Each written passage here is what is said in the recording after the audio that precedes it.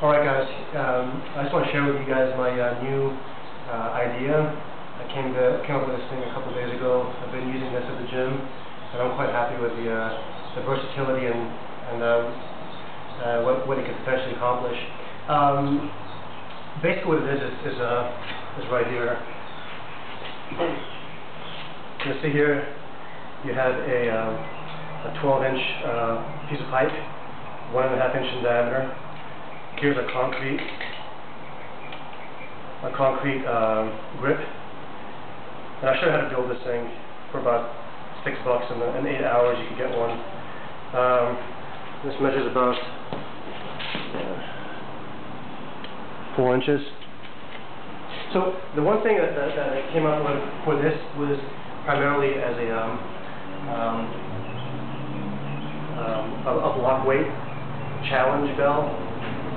So with this you can use it like you would any type of blob, making sure you grab it just like so. Okay. Now the one thing I like about this is this offset training.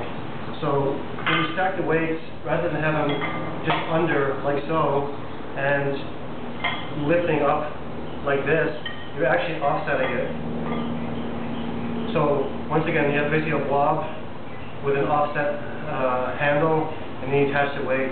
So basically what happens is it's almost like a rolling thunder for blobs. It's like a blob rolling thunder. So once again, it's more of a challenge lift, just to kind of see how much you can potentially lift before this thing kind of slips out of your hand. So this is lightweight, grab, pick, no problem.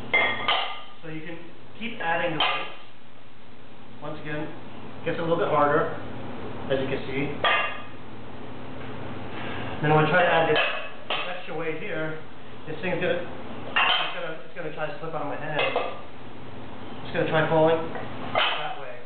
So just like a rolling thunder spins out of your hand, it's like a blob that kind of spins out of your hand as well. So that's kind of primarily why I designed it, but it also has some other features. For instance, and once again,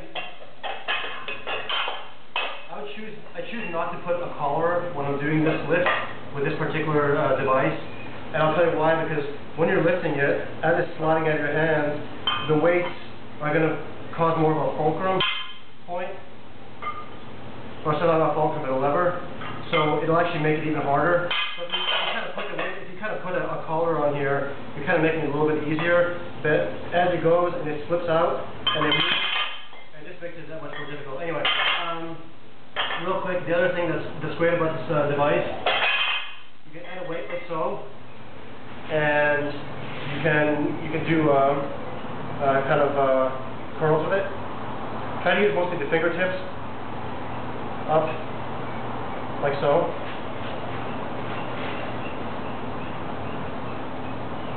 Now,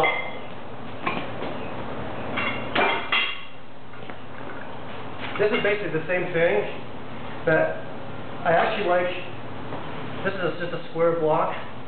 I like this one because it's cylindrical. It's just a different type of grip you're using than if you're using your standard pinch block for a plate curl. So once again, use it that way. And the other great thing about this is if you get yourself a cheap collar, you can actually add weights to it, like so.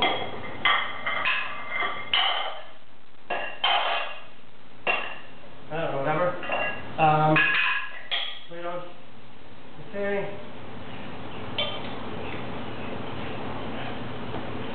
And then what you can do is you can turn it like such. And now you got yourself the added versatility of a hub lifting device with obviously a much wider diameter than 2 inches. So this is great. So you can train your hub lifting like that. Excellent stuff. So once again, you got your blob lifts, and you can also use different grips like such, overhand and underhand. That'll train slightly different angles. You have your curls, and then you have your pinch lift your pinch lift as such. Now, real quick, how do you build this piece of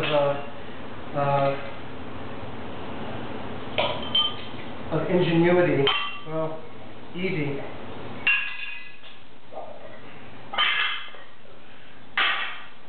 Alright, buy yourself, this is a 12-inch by 1.5 inch diameter galvanized, they call it galvanized nipple plumbing tube. Get yourself, this is where the weird sound comes in, get yourself a can of almonds, cashews or peanuts. This is a 10 1/4 ounce. I made this one out of a 15 ounce, I think it was, so you can see it's slightly bigger. But basically what you do is you're going to take off your lid, get yourself some crack-resistant cement. You're going to fill up 3/4 of this. You're going to cut out a hole right in the center. Okay. Pop the lid where you have the hole that you made for your tube. Place your tube into the hole, and then what you want to do is make sure you pack cement actually into the tube as well, okay? And what that'll do is it'll fill up the rest of the container, it'll fill up this.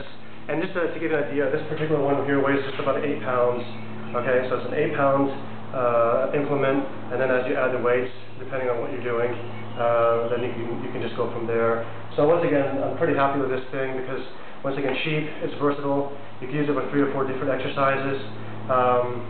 Like I said, I just wanted to share this idea with you. If anyone has any questions, just PM me or just send me an email, and I'll try to help you out with it. Hope it works out once again for you guys. Let me know how it does, and good luck.